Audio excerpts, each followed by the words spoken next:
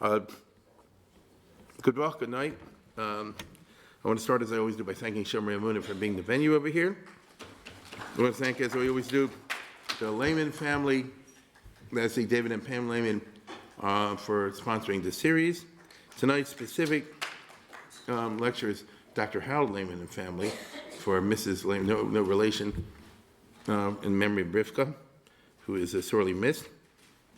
Since tomorrow night is Hanukkah, if you're interested, some of you've seen before, I put up on my YouTube channel my old speech from 1994. You may not be able to recognize me, but then again, I don't know if I'd recognize you. But it's like a 2 or 2.5 hour business. So if you want the whole shmegegi of the history of Hanukkah, if that's what you're interested, the Maccabean revolt. So that's, as I said before, they put it up on the YouTube channel. I'm looking for podcast sponsors for this week. I want to thank the tech team. A lot of people are away. So especially the crew that's handling everything is really doing double and triple yeoman work. So I really deserve a round of applause for them. And just to clarify, there will be a lecture Mir next week. So it will be on Hanukkah because I had to modify it, drop this and added that, and that's the way it's going. I will be away, hopefully, for some speaking thing in December sometime, so you just got to stay on top of the schedule. There's no choice. Without any further ado, I'll get right into it. Tonight's the 5th lecture. The name of the series is The Last Years Before Oslo, the State of Israel and the Jewish People, 1988 to 1992. Tonight's lecture number 5, called Back to Africa, State of Israel and the Ethiopian Jewry, 1988 to 1992, the period we're talking about. Now, I hope this PowerPoint we have up here works. And here we go. The 1980s saw two distinct movements to save endangered Jews. One, the Russian Jews, and number 2, the Ethiopian Jews. Same time. But Soviet Jewry got a big play, as we've seen. There was a triple SJ, there were marches, this and that and the other. Ethiopian Jews did not. Raise your hand if you belong to some movement that did a mass march in Washington, D.C. or New York, save Ethiopian Jews. It's interesting. It's interesting, right? Now, part of the reason is the Soviet Jews are white and Ethiopian Jews are black. It's also true, I'm sorry to say it, it's also true, Soviet Jews were clearly Jewish in the sense they're part of the Jewish mainstream. They're Ashkenazi Jews for the most part. The Ethiopian Jews, the question, are they Jewish? Who heard of them? They didn't enter the Jewish consciousness even until the 19th century. Not really, you see? And who are they? And they don't have Hebrew, and they have different scriptures, and so on and so forth. So the question has always been, are they really Jewish? So it's been hard to get up a lot of emotion when you're not 100% sure. The Jew in Leningrad, and he was Jewish, his name was Weinstein, Weinstein. Who's the Ethiopian guys? I mean, they can't trace it back. How do you know they're Jewish? Nobody raised the question, can the white Jews trace it back? Which the answer is no. There's nobody here who can honestly, really trace yourself back door after door to ancient Jews. That's a heck of a statement I just made. Now, people will raise their hand and they'll say, I can prove I come from Rashi, and everybody knows Rashi comes from David Melch. See what you just did? What are the 3 tricky words? And everybody knows. Right? Everybody knows Rashi came from Yochanan Sandler, and everybody knows Yochanan. You see my point? You cannot document. And in my world and yours, when you talk about proof, you talk about documentation. If you look in the Bible in the time of Ezra, they talk about people being able to document or not being able to document their Jewish identity. They had Eksav Yichus, just what it says in the book of Ezra. And when the Jews came back from Babylonia, the beginning of the Second Temple, as we call it, there were those who could prove through documentation, handpicks they call it. In other words, they had attestations from Basin down the ages. So once upon a time, long ago, our ancestors, if they're our ancestors, took this very seriously and took the trouble to get their births and things like this registered at local Basin. That fell apart a long time ago. And even in the book of Esther, there were people who were thoroughly Jewish It's like in the fourth chapter. They're thoroughly Jewish, and they were returning among the relatively few Jews who were undertaking to leave the comforts of Babylon and make Aliyah when most of the regular Jews were not. But it says they couldn't prove with the Yichud, they couldn't prove the documentation. Shkoch, thank you. They couldn't prove the documentation, and therefore they were rejected. So in that regard, I repeat what I just said before. I don't care what your grandfather was, or which big rabbi your great-great-grandfather was. You can't prove you're Jewish. Okay? Having said that, we all go like this, but we know we're Jewish. Right? And the Ethiopians, you couldn't say that. So it's tricky.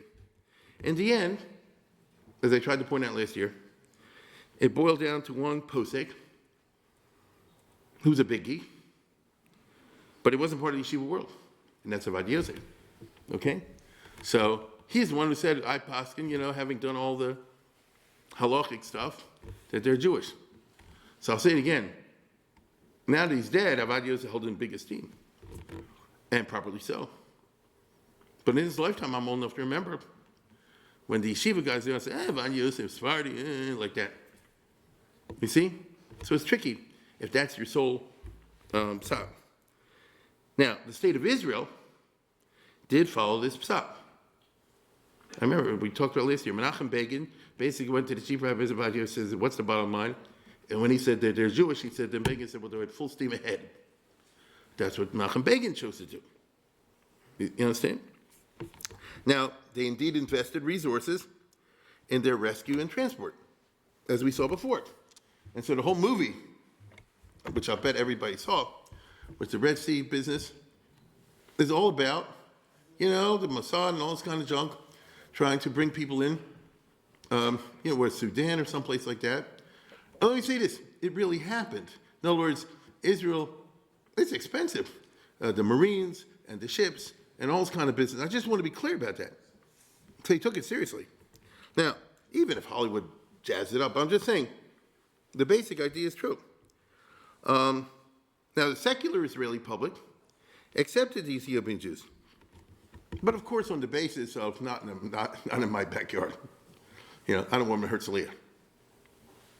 They should come to Israel, let's settle, like in Fiddler and Roof, far away from us. So the secular Jews had a certain racism. That's a fact. It's still not there. It's still not gone. And the liberalism is the type what they call in America limousine liberal. Okay, fine. Okay. But nevertheless, having said that, they did bring them in. So let's, call it as it is. The Haredi public was extremely skeptical whether or not they're Jewish. In spite of the fact that Moshe Feinstein was the big rabbi of the Haredi Jews in America, he's not the big rabbi of the Jews in America, in Israel. They never knew what quite to do in Israel. He said that Israel should rescue them. And very famously, if you go to the next one, if you read there's a translation, he says in the third paragraph, as per your request, I affirm you wrote in several years, regarding the Falashas, that's what he used to call them.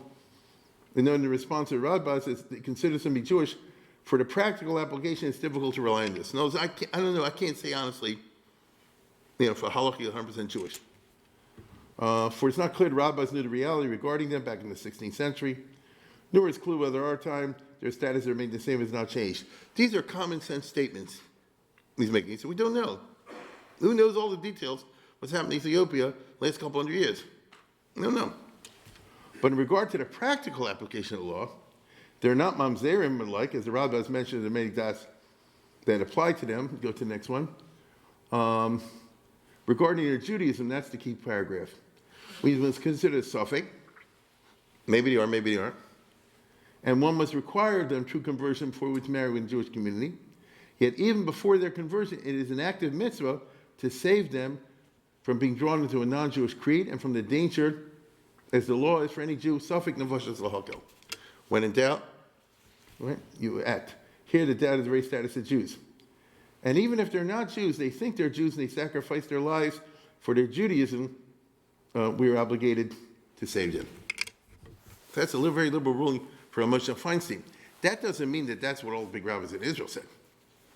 So I'm just saying, This is one of the reasons why you couldn't generate mass parades and things like that right around. As we saw last year, once Israel got serious, several thousand Ethiopian Jews were flown to Israel in spurts. Now, the spurts, as we saw, were the result of the crazy chaos in Ethiopia, which has really never been normal since 1974. So that's almost 50 years. Right now in 2021. So for almost 50 years, it's a constant civil war. I want you to think about that. Some of you lived in the South. The South went through 4 years of civil war. Made a big wreck. Agree? If you have any knowledge of the American South, you know, it's still a scar. Okay? Now imagine if they had 50 years of civil war. You see? The Ethiopia is still going on today. It's not over. All right? So basically, there used to be the Emperor Haile Selassie. He was there for 50 years. Very far from perfect, but that's what it was, stable. And then on the left, you had these army officers who turned communist. They started what they called the Derg, especially the guy in the middle, who we'll encounter tonight, Mengistu. And they killed everybody. They smothered them with a pillow. And then they killed several million people. I'll repeat, several million people. Where I come from, that's a big number. Okay? So Ethiopia, not as a particularly anti-Semitic thing per se, but just turned into a hell. Okay? That's why I mentioned last year, there was just a great human tragedy if Israel 10 years earlier than Menachem Begin would have reached the conclusion Menachem Begin did. And instead of 1977 or whatever, let's say 1967, just what if? And taking all the Jews out at that time, they could have ducked all this stuff. In the same way that some of you probably have grandparents or ancestors that came to this country before 1914. And they simply ducked the 20th century. Like they didn't have to go through what the others went through in World War I and World War II and all that stuff. This is a sad story. Okay, it's a sad story. Now, I want to point out that the Ethiopian Civil War is still going on. Here's a news item I just did from the internet the other day, 2 days ago. The Tigray War is an ongoing war that began in November 2020. It's a new part of the Civil War that began a couple months ago. It's a year ago, literally a year ago. 12 months ago. A new phase of the Civil War. The local Tigray Defense Forces are fighting the Egyptian National Forces, the Egyptian police, etc. And all sides have committed war crimes during the conflict. Okay? Due to the onset of war, deep humanitarian crisis has developed. That's now. It started a few months ago. It's now. So it hasn't gotten better over there. I just want to make that clear. Now, the Ethiopian Jews, the so-called Beta Yisrael, that's what they call themselves, don't want to be collateral damage. After 1974, they just want to get the heck out of there simply because they don't want to get killed with, who cares? It's the PPG kills the Q-Beta, you know what I mean? It don't matter. ABC versus CBA, you get killed either way. And so they want to get out of there. But the Derg, which was the name of the regime that took over, as a communist regime, was anti-Israel. It was a communist regime. They allied themselves with the Soviet Union back in the time of Nixon and Gerald Ford. That's how far back we're going, when the Cold War was still operational. And they're anti-Israel. But as we shall see, this stance was offset by practical realpolitik, as I'll try to explain. It's never as what you read in the papers. It's always what's going on behind the scenes. And that's what's the problem. You know, to a certain degree, reading the journalism is like reading an old science book, an old medicine book, you see. Now, so Israel, even though it was an anti-Israel communist regime, etc., which was murderous, Israel was able to work in what I call classic Aliyah Bet fashion. It's been the fate of Israel, and before they designed this movement, to operate with all kinds of regimes, including the Hitler regime in the 1930s when they had the Havara agreement, that some of us will remember. And you did whatever you needed to do because you defined your mission as getting the Jews out of there. And so you have to deal with the devil sometimes, and as I get this. With the basic idea being, as we saw last year, to get the Jews out of Ethiopia into Sudan, The two countries are next door to each other.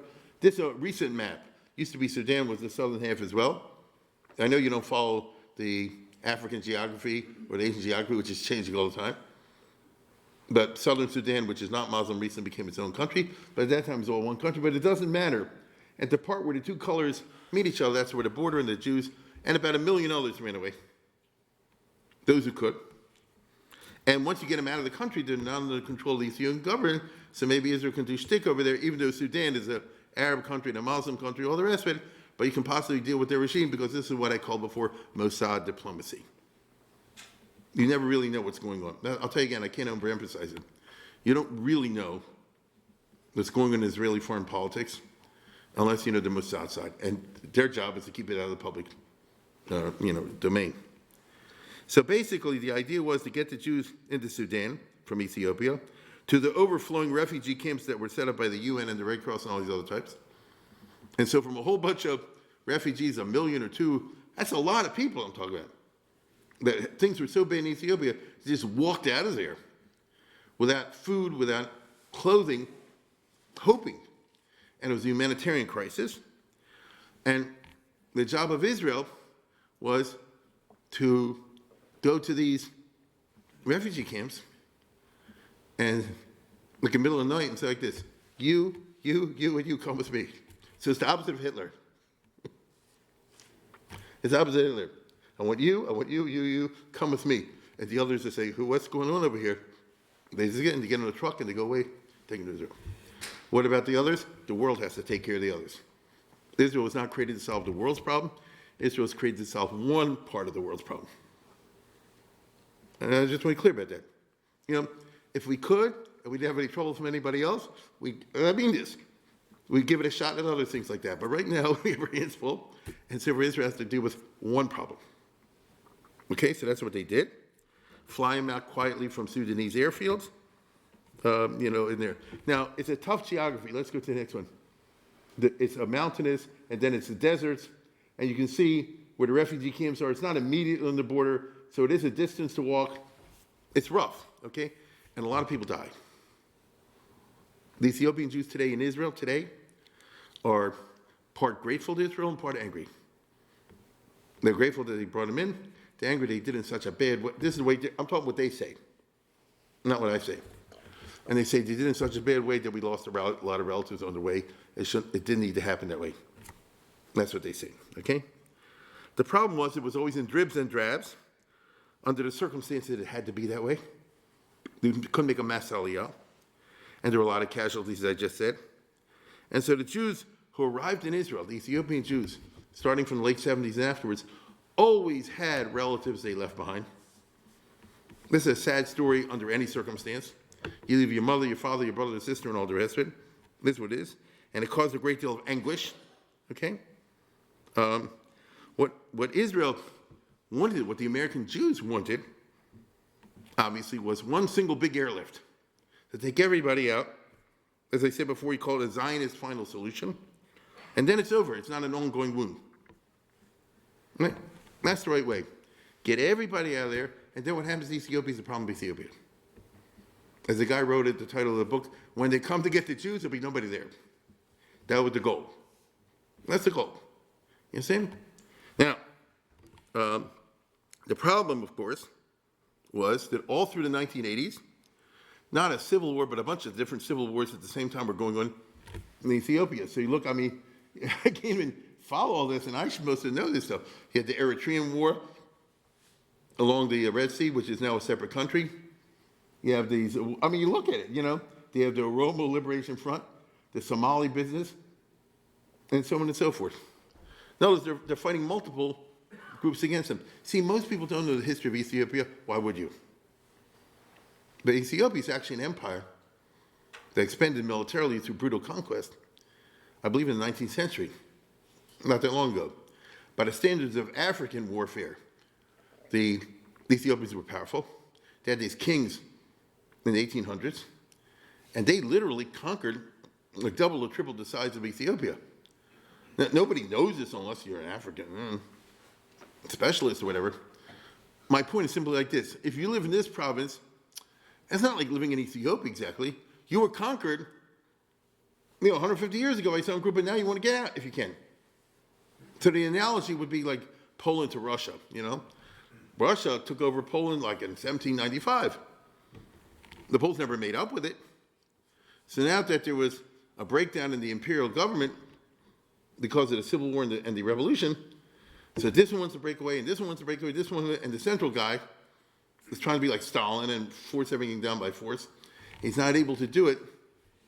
The most bloody situations, as we all know, come with stalemates.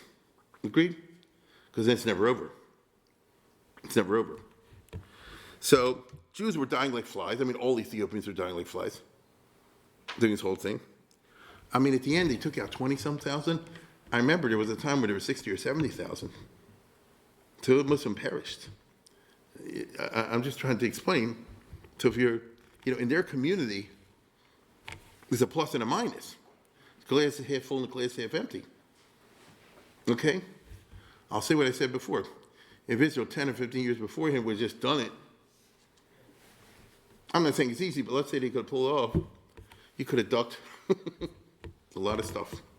And a lot of relatives like this would be alive. So this is a part of Jewish history most of us are not familiar with. Okay? Now, our story, the things start to happen in the second half of the 1980s. We talked about last year. It was in the second Reagan administration. Remember, those were all Republican states. So Ronald Reagan won a crushing victory in 84. So Israel's dealing now with the second Reagan administration. And it was right after Election Day, right around that time, that they did this Operation Moses and the other things that we talked about last year.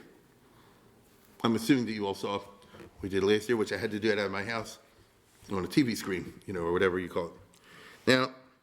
Now, if you do, you will possibly remember a combination of the Mossad, the Reagan administration's diplomacy, George Bush's visit to the Sudan, the cooperation of the Belgians, and a lot of bakshish, led to what I call the vacuum cleaning operation of the Jewish refugees in the Sudan.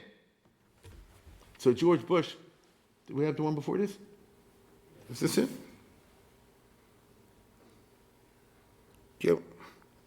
Go to the one, yeah. When Bush was the vice president, he coordinated with Israel, and he went to Sudan, and the government at that time was under Nemeri, and they needed help from America, et cetera, et cetera. And so he persuaded them to look the other way and let the Israelis secretly go into all these camps, bring a whole bunch out, a couple thousand, take them to the main airport in Khartoum, and fly them out of there, and everybody should keep their mouth shut. And they weren't going, if you recall, directly to Israel. They flew them to Belgium. That way, so we didn't send anybody to Israel. And then from Belgium, they flew in over here. And it was this Jewish guy who organized because he was in the airplane business, whatever you call it, the passenger airplane stuff. And they did it. One of those classic operations. And the idea was they first took out, 5,000 or 6,000. It was a lot. When you start thinking about the logistics of a truck, another truck, and a bus, and the whole thing had to be done real fast, otherwise the Sudanese would say, what's going on over here? The Arabs would say, what's going on over here? And they did a part job, but naturally some, I think in America, blabbed. King keep his mouth shut. And then it got on the news, and that killed the whole deal, because you can't tell the news to shut up. And that messed it up. And then they had to do it again.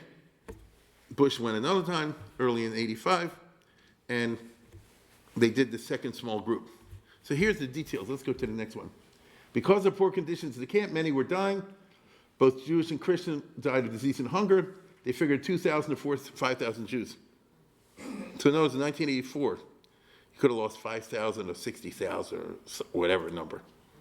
I was just trying to point out these are things we don't usually pay attention to.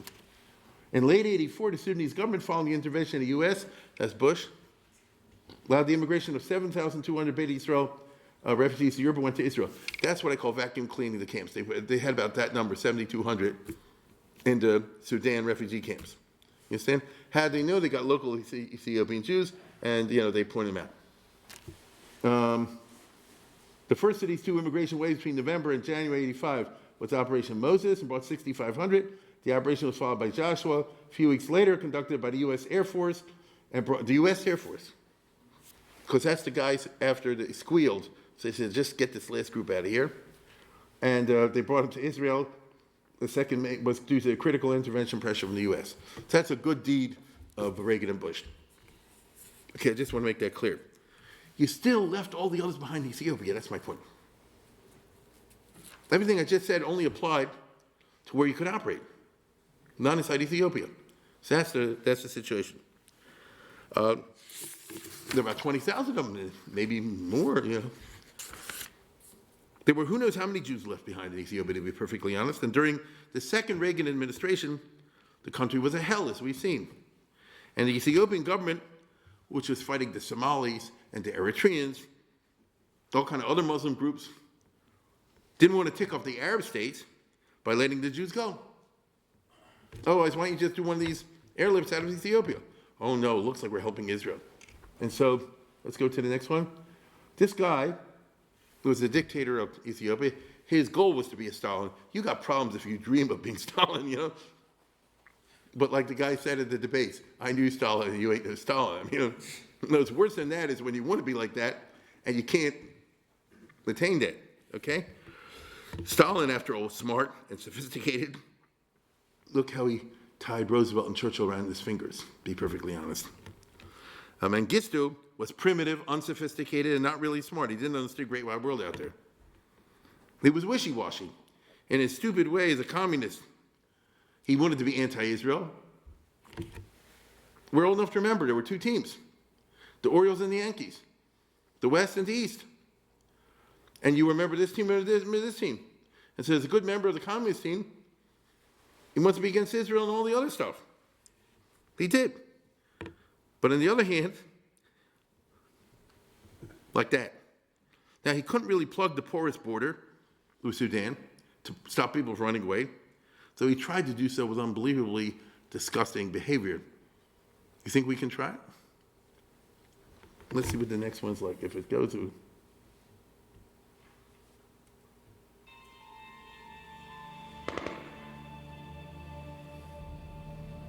Yeah, this is from the movie. This stuff, it's a movie, of course. This happened.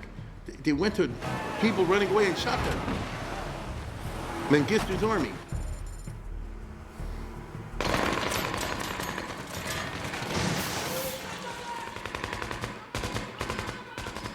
My country is once again broken. Death is spreading. The new government is waging a war against the rebels.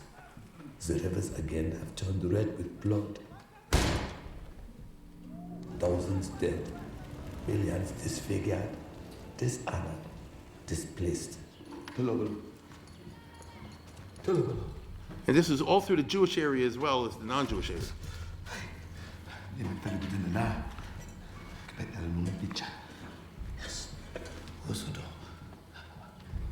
Mama, unser Darfele kut men gedoomt daar. Bij de oost?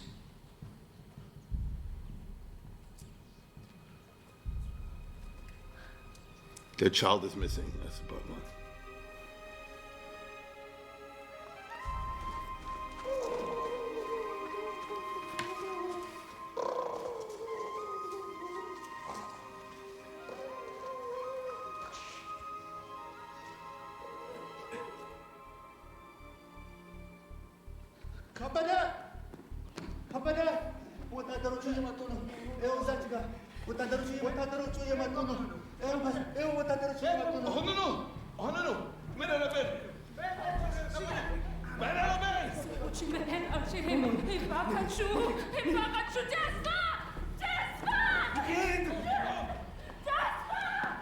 One ancient people suffers among the rest, the Jews of Ethiopia. We, like all Ethiopians, are in danger, but we alone are getting help. Help from men I have contacted. Where is he? Calm down. Be here. They're supposed to be the Israelis. Men from Israel.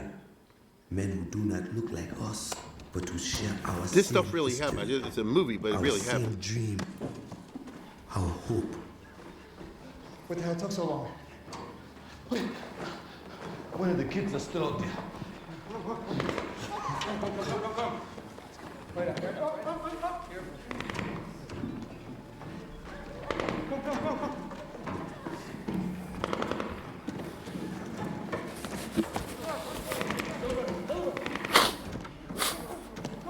Push in.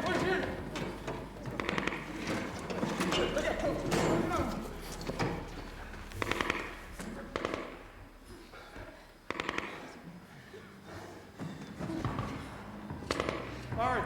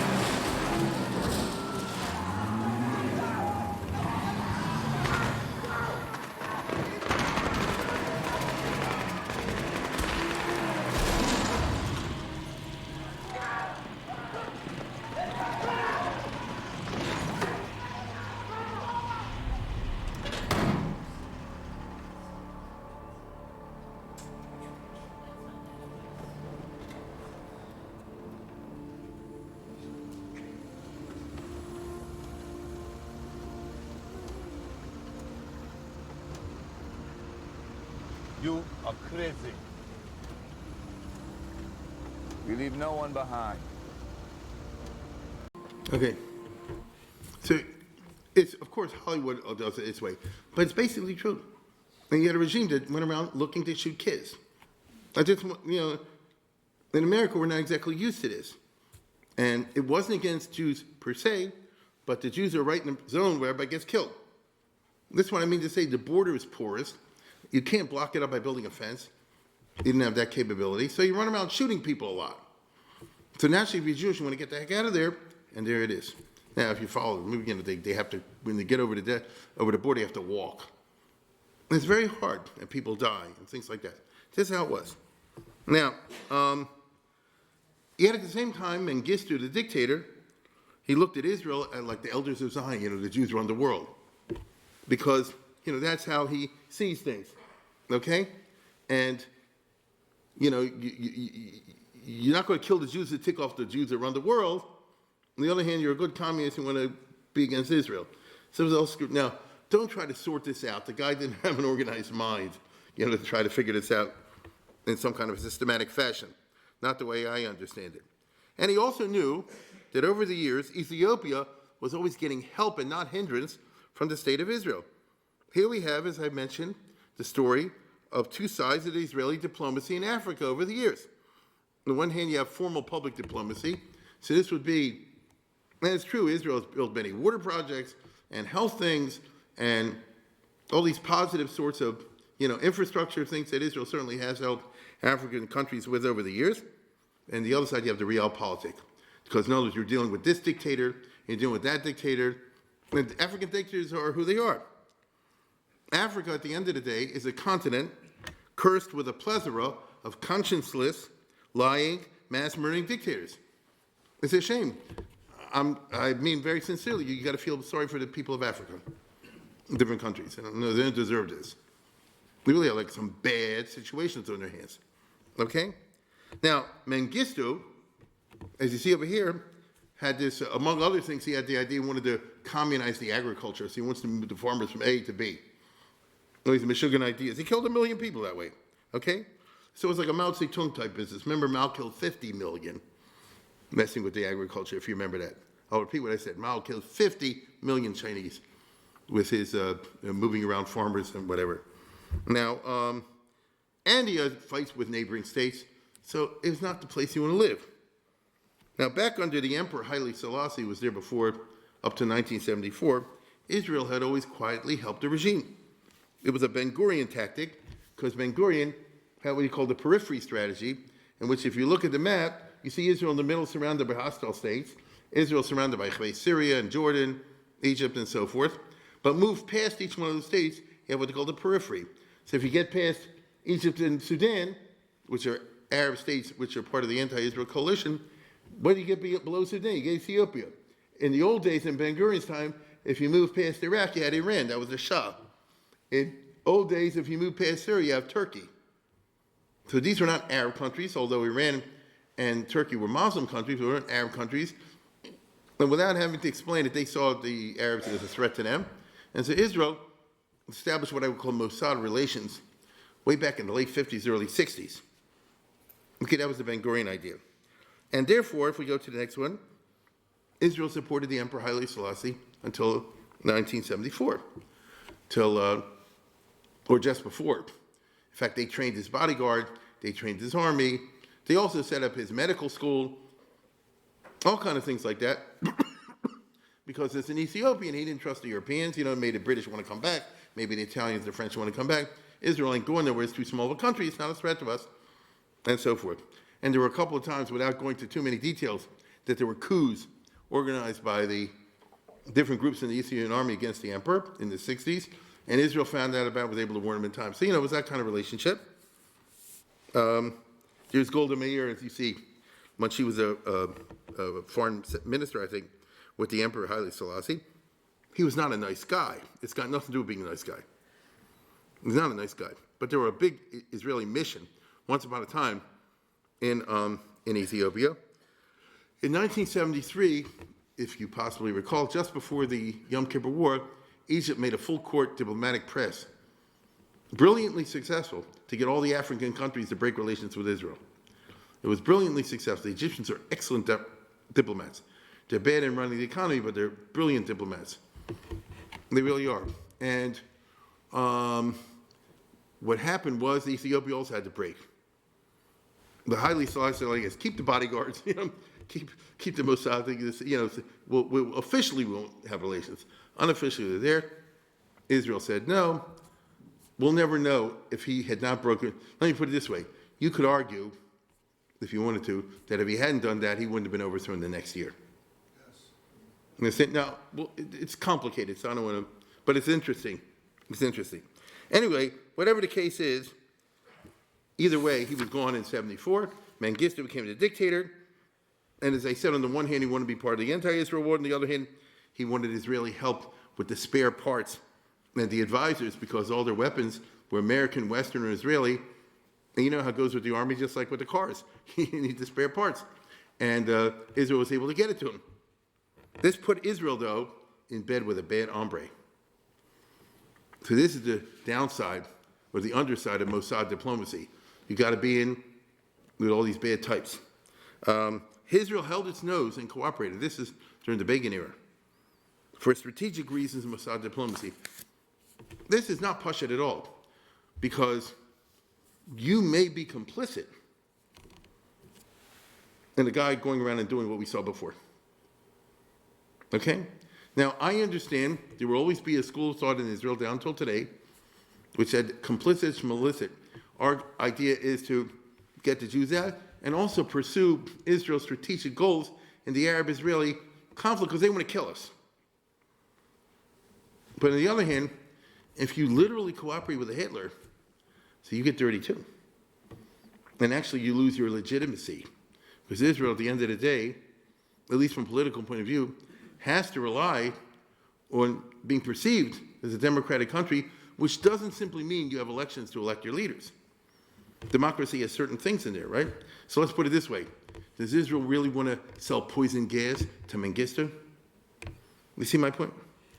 Now, this may be because there's a funny relationship. Why the Jews in Ethiopia were not specifically targeted, although, as we saw with that movie, there were collateral damage big time. Although he didn't specifically target the Jews of Ethiopia, Mengistu would not let them leave. Okay? Why? First of all, he didn't want the Arabs to get angry at him. He's fighting these Muslim groups anyway. He doesn't Saudi Arabia to back the Eritreans and so on and so forth, to bore you with the details. And number two, he wanted them as cynical bargaining chips with Israel. Again, Israel said, let the Jews go. Well, give me more, bombs. Give me more guns. Give me more of this. That's the type of guy he was. For these reasons, only those outside the country who made it to Sudan could make Aliyah. Okay? After all, they had families left behind, and that caused all the anguish. Now, this lasted until 85, 86. Until that time, Mengistu was Moscow's baby. Let's put it this way. They gave him 7-8 billion. In Russia, that's a lot of money. That's a lot of money. They invested in him. The reason the Russian investment is very simple.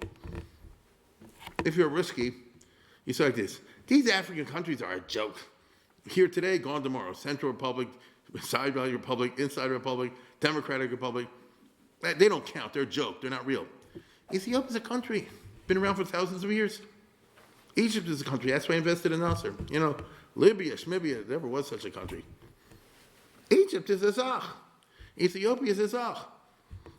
And if this guy only would have been a capable Stalin, he would have been able to impose a Stalin-like order over here and maybe conquer the rest of Africa or something. And all be communist. You see what I'm saying? This is how the Russians thought. And anyway, the result is you had a very strange menage a trois. Because, as they see, politics makes strange bedfellows. Who's all in bed together? Mengistu, Brezhnev, and Menachem Begin. Is it weird? They're all helping him. Is this where you want to be? Now, Begin was the type of guy that goes, I don't care about anything, he has to get the Jews out. You know what I'm saying? But it's not so simple as that. That's what I'm trying to get across. It's not so simple as that. So, should Israel, for example, sell Mengistu cluster bombs? That was a big fight at that time. Those are ugly things that America used to sell Israel with a Tanai, with limitations. And the truth of the matter is, Israel wasn't supposed to use them in Lebanon, and they did, if you remember. That was a howitzer. But you're going to sell it to Mengistu to drop on some civilian thing in Africa? You see what I'm saying? And, Israel started saying like this, well, there are the bombs we bought prior to 1982 and the bombs afterwards. Congress passed a law in 1982, you couldn't use them without express American permission. But that didn't apply to the bombs. What are you applying, Talmudic logic to international relationships in regard to an African dictator? No, the people didn't want to hear that. Okay? And so, by the way, this brings in the fourth person into the bed, and that was the USA. Because America also, let's go to the next one, all these presidents were heavily involved in Ethiopia on the anti-government side, because if he signed up for the Russian team, they're going to back all those other little fronts, which are going to be on the American team, or at least on the anti-Russian team. And so Ethiopia became a football for the Cold War, you understand? And as I said before, the cluster bombs and things like that. Now, publicly, Ethiopia was a toxic opponent of Israel, a problem which had to be handled delicately by the Israeli Mossad, what they call the Gormei HaBitachon, the security people. Yes, he's going to cuss us out, and he's going to say this in the UN and do all the rest of it. Behind the scene, we have relations with him. And then, that was the situation until mid-'80s. Then came the Gorbachev era, as we talked about last time. Okay? So, where's Marco? There he is. Ethiopia was a prime case of cost-cutting consultants. Because what are the guys that Gorbachev and his guys say like this? What the heck did we get for $7 billion? Is mamash a rat hole for some idiot in Mengistu who can't even do the job? He can't impose himself on the country. He can only cause more and more wars. What are we as the Soviet Union gaining out of that? That was the new thinking that I spoke about for the last couple talks. See, it's a prime case where they say like this, I know one way we can save billions. Okay? Cut this guy off, and they did. Mengistu had not been able to transform the 7 billion into victory. The opposing side was always backed by the CIA, and so it just left a bloody, messy stalemate. Okay? And so as you see over here, it just on and on and on, it still goes on. And what's Russia getting for the money? What's Russia getting for the money? Well, so Gorbachev cut him off. It's like in 86. He cut him off. He said, like America did with South Vietnam, be honest. Well, if you're Mengistu, you're a crazy Stalinist wannabe dictator, you're not exactly going to be popular in Washington and London, all the rest of it. There's only one place you can go for help, and that's Israel. Isn't that weird? Because of the clandestine relation they had beforehand. So he turns to the dime, go to Israel for money, and especially for arms. Israel actually sold him, listen to this, Begin invaded South Lebanon. Remember that? We talked about that in the early 80s. And if you recall, one of the things that the Israeli army discovered in South Lebanon was a giant cache of weapons that the PLO was going to use against Israel. I forget where they was, but he can tell you. They had them in caves and things like that. Like a humongous amount of weapons. So what do you do? It's what we call Sunny surplus. What do you do with all that? They sold them to Ethiopia. So they gave conventional Soviet stuff to Mengistu. You see? Which is not great, but that's called the international arms market, which by definition is not great. Okay? They're merchants of death. So I just want to show you that this is the kind of relationship they have between the two countries. Now, if you recall what I said last year, Israel, I'm talking about the Mossad, could have cut a deal with Ethiopia for the money and the weapons. So let's say in 86, they would say, I guess, still or hate. Just nobody should talk about it. We'll give you the bombs, we'll give you the gas, we'll give you whatever you want in cash, and totally silently, we'll just fly in the Israeli planes and take all the Jews out. All of them.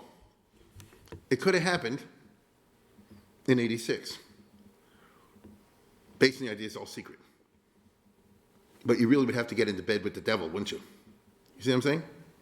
There would be absolute silence, strictly ruthless realpolitik politics, and you can be sure this is what the Mossad wanted. Okay, that's the kind of guy that he was. Israel has experience dealing with him. With Ceausescu, they bought a Jew out a month from Romania in the old days. With other dictators, that's the world. They say we deal with the world as it is. Okay? But the news leaked from American Jews, and that killed it for the next several years. Because once they said they're going to give this dictator guy weapons all the rest, they couldn't do it. Mengistu was afraid the Arabs would help his enemies. As he says, I will oppose Israel, therefore don't help my enemies. Even though he was lying and he was together with Israel. This is the African politics. When he took the Jews out of Sudan, Mengistu held a press conference and says, Israel's kidnapped all my countrymen and Ethiopia wants them back. Okay? This is who you're dealing with. To the poor Jews of Ethiopia who were stuck in Ethiopia. Right? They're literally a football. Right? They're a pawn. All Israel could do was hope that he would never target the Falashas, and he didn't. In fact, Mengistu allowed the American Joint Distribution Committee, the American Jews, to operate in Ethiopia, sending food and aid as best as they could to the starving Jews there. I repeat again, to the starving Jews there. Maybe some of us remember this. And in general, trying to get a handle on the Jewish situation in the chaotic and war-torn land of genocide and counter-genocide. Why did Mengistu do this? This was his way of keeping some bridges open to the powerful Jews in case he might need them on a rainy day. So Israel wasn't there, but the Joint Distribution Committee was there. The American Jews were there. The main guy who ran the joint business was the ex-Mossad guy, Eli Eliezer, from Israel, a person famous in Israel that we call the illegal immigration, Mossad Aliyah Bet. Notice he's been involved, you can look him up, he's involved in all kind of situations, get Jews out of here, get Jews out of there, and so forth. So this is one of those things. Now, he was working for the joint, but look at his background. You understand? Look at his background. He came from a frum family, by the way. Let's go to the next one. This is the generation when all these people went off, became unfrum in the early Ben Gurion years, right? First he went to yeshiva, then he switched and became secular. But he devoted his life to helping the Jewish people, okay? Now, Eliezer and the Joint Distribution Committee say like this. You got a big country out there. Who knows how many Jews are out there? And who knows where they live? So as in good social science fashion, the first thing we need to do is find out who's there and get everybody's address, and then figure out realistically, in case it ever happens that one day we're able to take them out, how do you do that? Because you can't have a rocket ship here and here and here. You understand? Just the logistics. How do you do that? Okay? Now, how do you physically rescue them? Is that the right one? Yeah. Let's go to the next one. How do you physically rescue them when they're all over the place in this kind of business? So there were a lot of skull sessions among the American workers for the Joint Distribution Committee, led by this Israeli guy. And what they concluded was, we have to do our best to round up all the Jews living all over the place and bring them to the capital city of Addis Ababa. So there, if they're one central location, we could probably do an airlift. If it ever happens that we're able to. But if tomorrow the Ethiopian government said, I'll give you a week to do an airlift, we wouldn't be able to do anything because they're scattered in 100 villages or 200.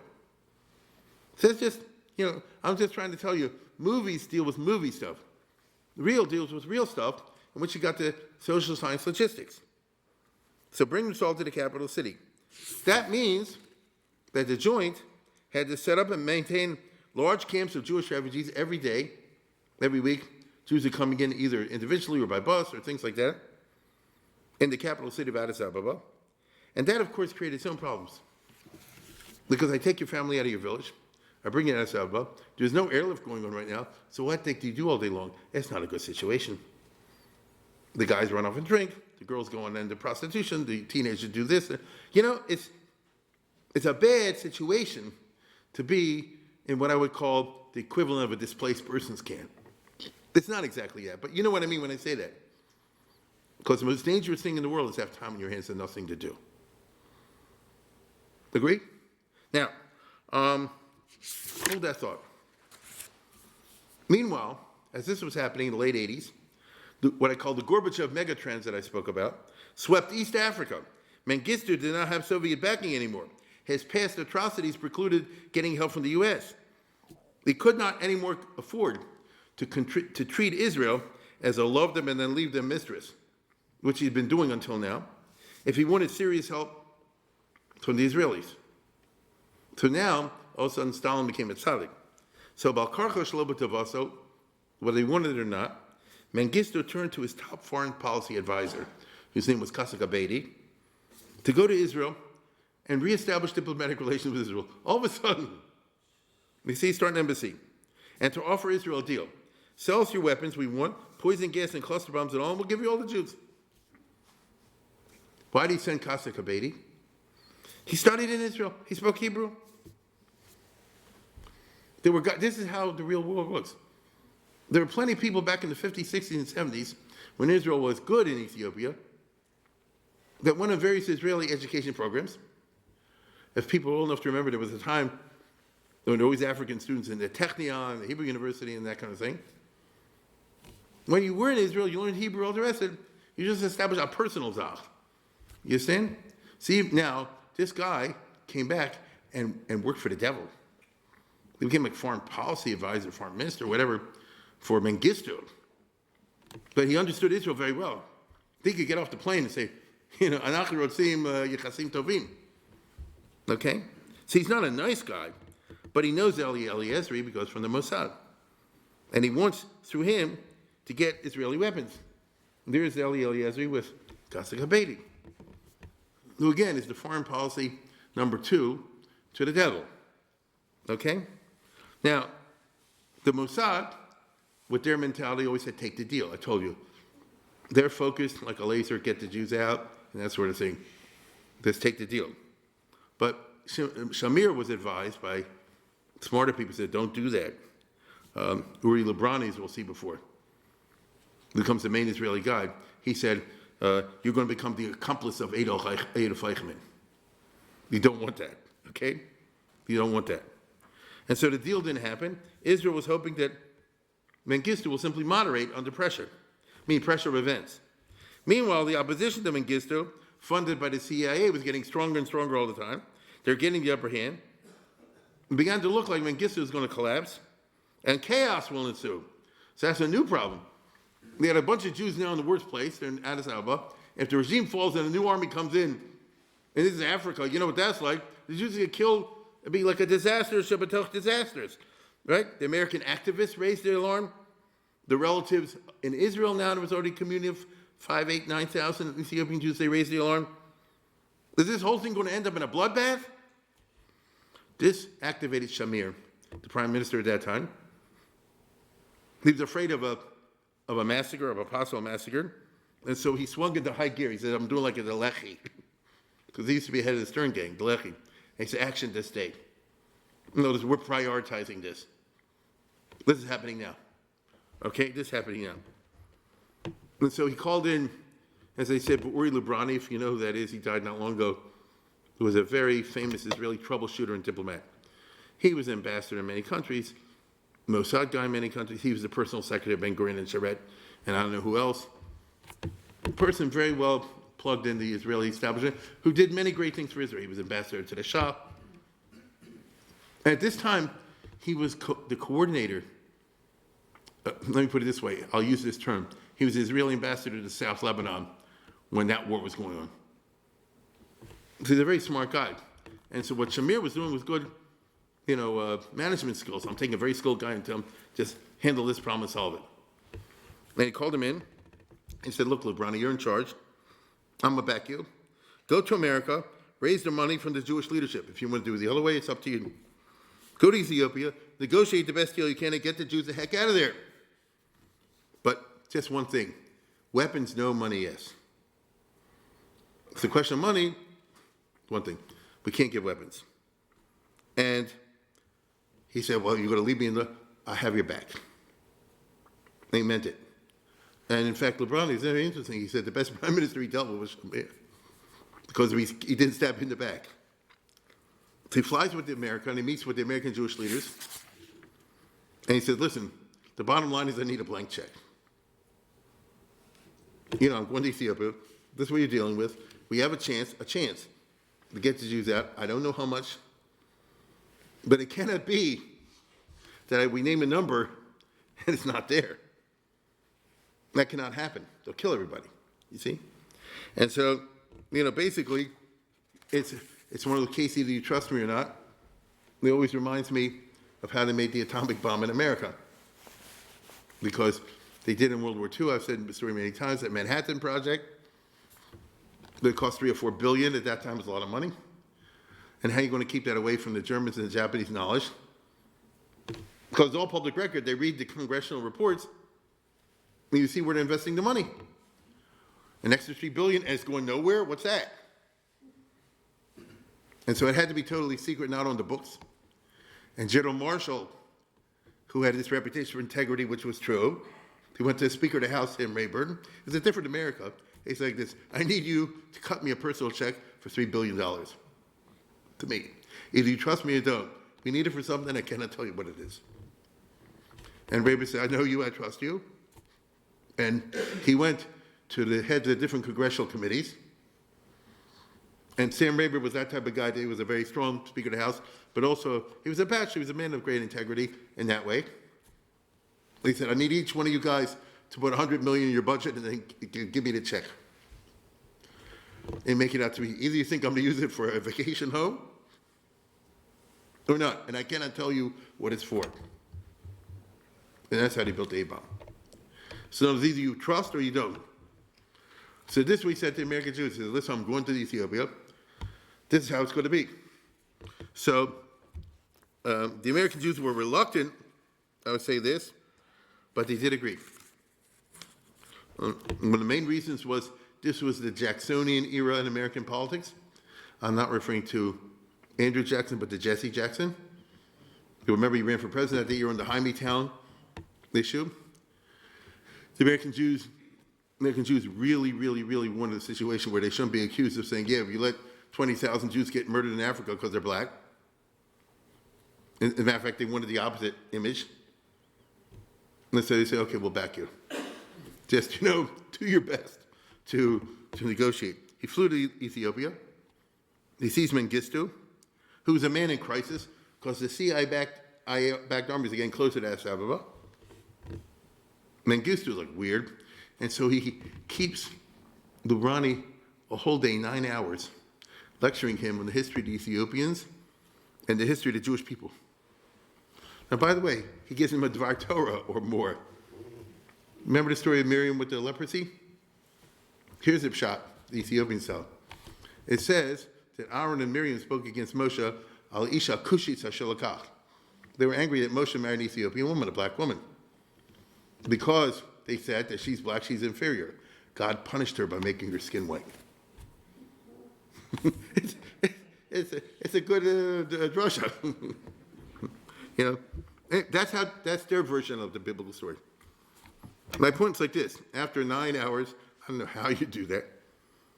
Then he got down to business. He said, we want guns, we need weapons. The enemy forces are approaching. Lubrani said, I guess weapons, forget about it. Okay, what's the story with money? Money we can talk about. I want 180 million. That's impossible. So now starts the process.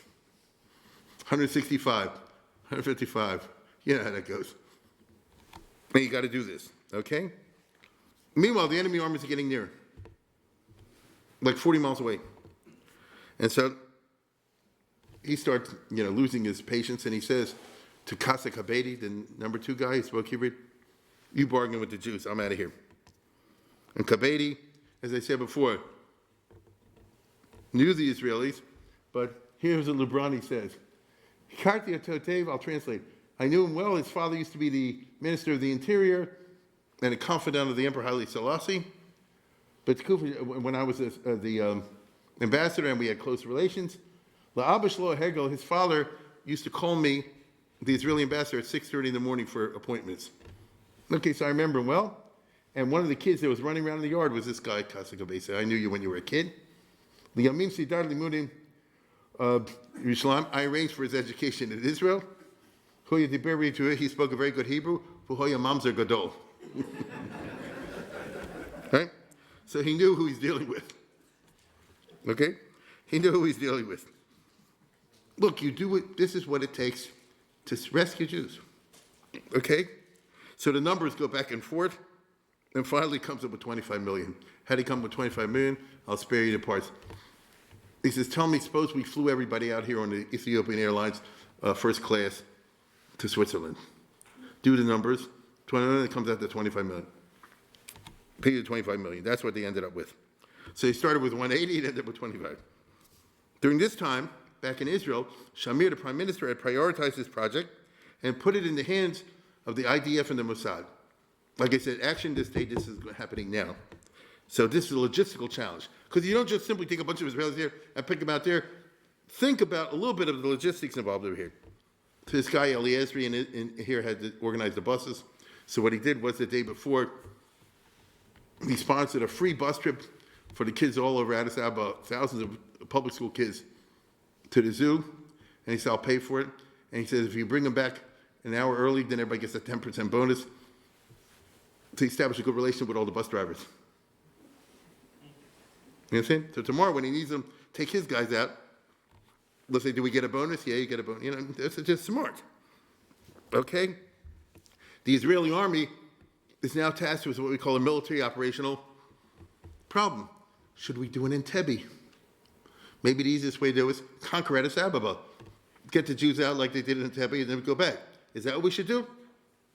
That's a certain type of mission. You're coming in to destroy the Ethiopian, like that. Lubrani said, I guess, no, that's not the way to go.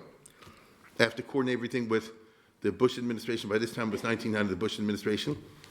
The American ambassador was Robert Hudek, who's a professional diplomat, and he said, we'll back a rescue of the Jews. We're not backing the conquest and massacre of Addis Ababa. Okay? So you can't do like that. But the clock is ticking because the enemy armies are getting closer. Will the dictator change his mind? The answer is no. And then, while all this is going in, one morning Qasem Abedi comes in to Librani and says, guess what? The enemy armies are really approaching like any day. And Mengistu and the whole government just left the country. They fled and ran away to Zimbabwe. They're no longer here. They left me in charge. So here's what I want. Get me to Israel too. Take me out also. Like Bob Hope, get me out of Russia. And he said, okay. Now Librani had to start all over again with a new guy. It's very famous in the history of Ethiopia. This guy Zimnawi, Nela Zimnawi Astris, who died not that long ago. He became the next, he was 1,000 times better. None of these guys are perfect, but he was much more normal. And now you got to start all over again. So now he says, I can't let the Jews out. The Arabs will clobber me. I need a strong letter threatening me. There's punishment from Bush if I don't give in. You get it? That's how I can tell the Arabs, the Americans twisted my arm. Librani immediately contacts the U.S. Embassy. They contact the Bush administration. Bush immediately writes a fancy letter, appropriately worded, and sends it personally with airplane with Rudy Boschwitz. Remember, he used to be the senator in Minnesota, and he just lost the election. He was a big fundraiser for Bush, including Bush Jr. And he said, I'm making you the ambassador for to get the Jews out of Ethiopia. And so he comes with a fancy plane. He said, I have a personal letter, President of the United States. So that covers that. It works. And so the IDF plans and carries out the full logistics. It's a masterpiece of logistics, coordinated throughout all the branches of the Israeli security establishment, the Gourmet Bitachon. Now, I want to say this. It all required help from the Ethiopian Jews themselves, which is usually forgotten. And just before I came here tonight, there was an article, you'll see when you come home, in Times of Israel, that the Ethiopian Jews now, very angry that the story is being told the way I just told you, and there's all an Israeli thing with them being passive. And they say, no, we were very active, we were cooperating with the facts on the ground and all the rest of it. And I believe it. But Lamaisa, Israel took them out. I'm not underplaying their role in it, and I'm really not. But what happened, happened. Okay? Meanwhile, Israelis sent in their top guys. Meir Dagan, who later on we know became the head of the Mossad, comes in to scope the area to see, maybe we should do a conquest. They said, no, it's not a good idea. But you have to set up a defensive perimeter. They have plainclothes soldiers surround the area where the planes are. Otherwise, some Ethiopian nuts can just shoot a bazooka at them or something like that. 15,000 people you take out in a single airlift is not simple. So they get the 35 biggest planes in Israel.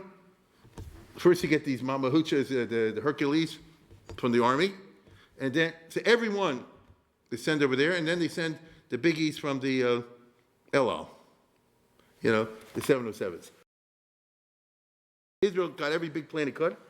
So if you had a trip planned for that week, you were just in bad luck. Right?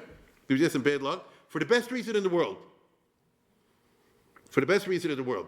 But you weren't going to Israel that week on El Al. Okay? The planes have to be refueled in the air, just in case there are glitches on the ground for the Ethiopians. It's all part of logistics. We can't trust them down there.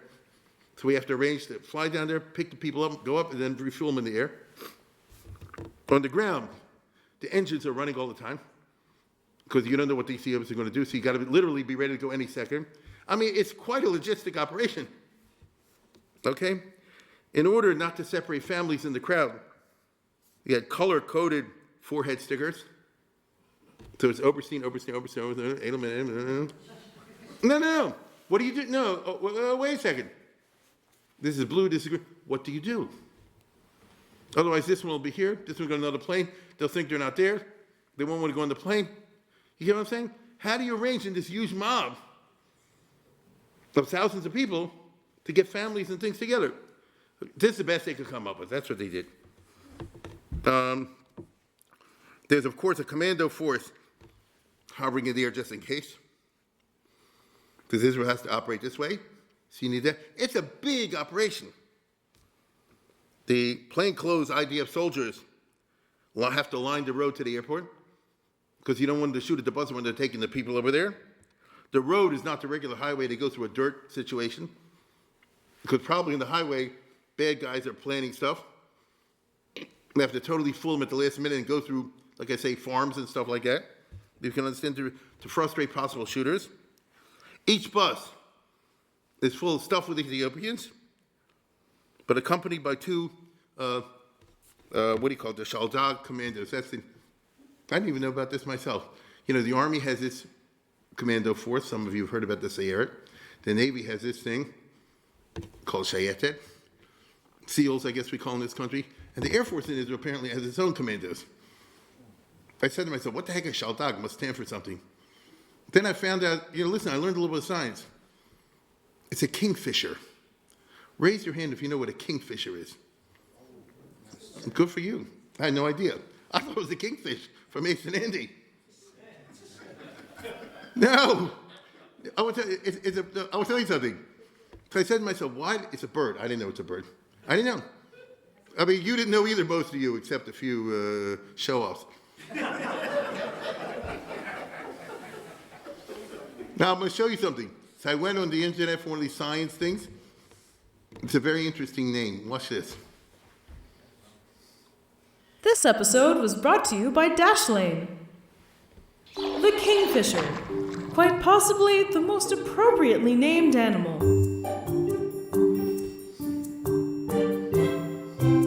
Hi, I'm Danielle, and you're watching Animal Logic. Kingfishers are a family of beak-heavy birds found all over the world, though most species live in Africa, Asia, and Oceania. There are over 100 described species of kingfisher, and for the most part, they all share a similar set of characteristics. A long, pointy beak, a big head, small legs, and a short tail. Though there are some exceptions. The shovel-billed kookaburra, for example, has a conical bill, which it uses to search for worms in the mud. And the paradise kingfishers are best known for their long and luxurious tail feathers. While there are many species of kingfisher that don't typically eat fish, their dives are what they're known for. And oh, how they dive.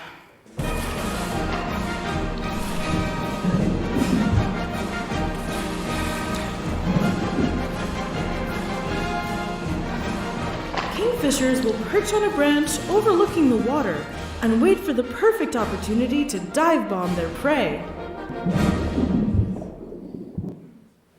You learned something today, right? That's a good name for the Air Force Commandos. I didn't know anything about it. I was scientifically challenged.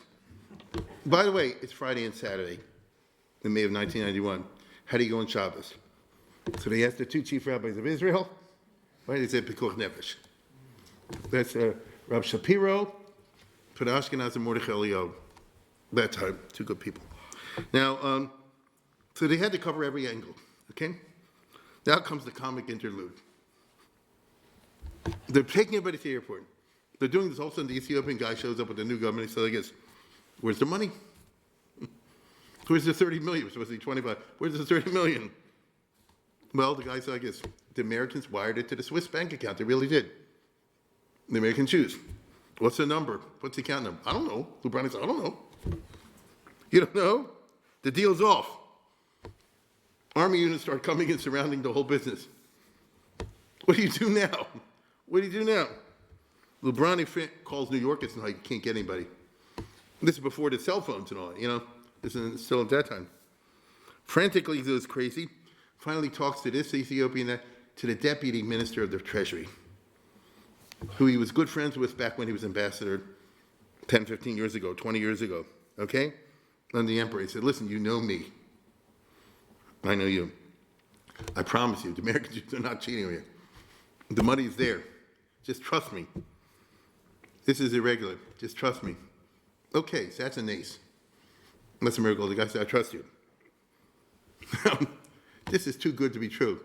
In the middle of the most dramatic, remarkable, pathos-driven episode, last decade of the 20th century in Jewish history, is a question, where's the money? And the Jewish guy has to say like this, you have nothing to worry about. The check?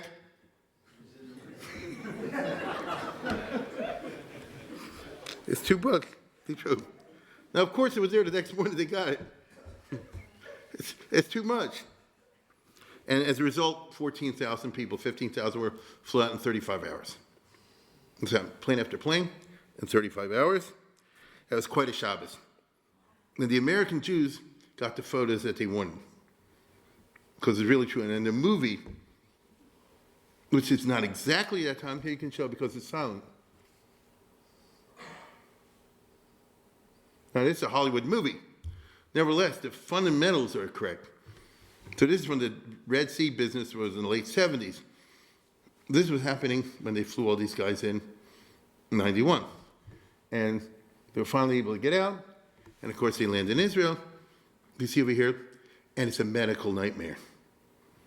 Which you can totally understand. Those of you who are MDs will double understand what I'm saying, because I'm not competent enough to explain it. But you can understand. And so, obviously, Israel already had to have full medical personnel ready at the airport. Okay, now, again, this is a movie, they're real pictures. And that's what this is what happened. Now, remember, this is a movie. Nevertheless, it's accurate in this regard.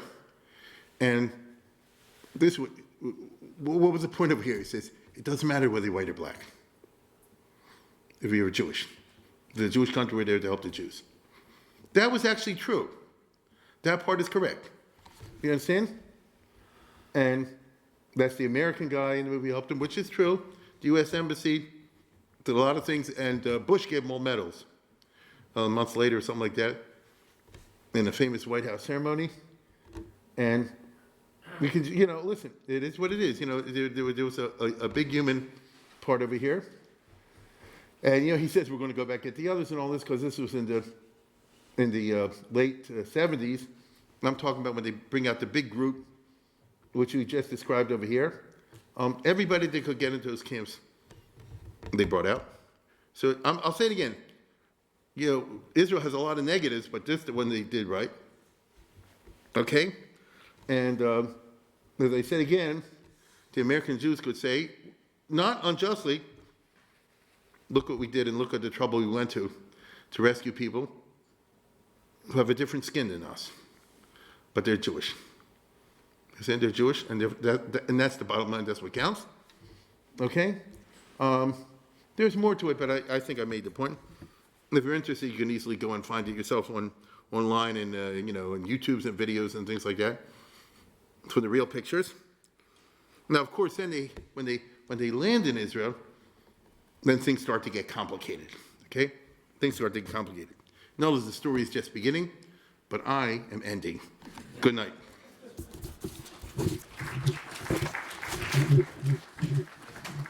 So I.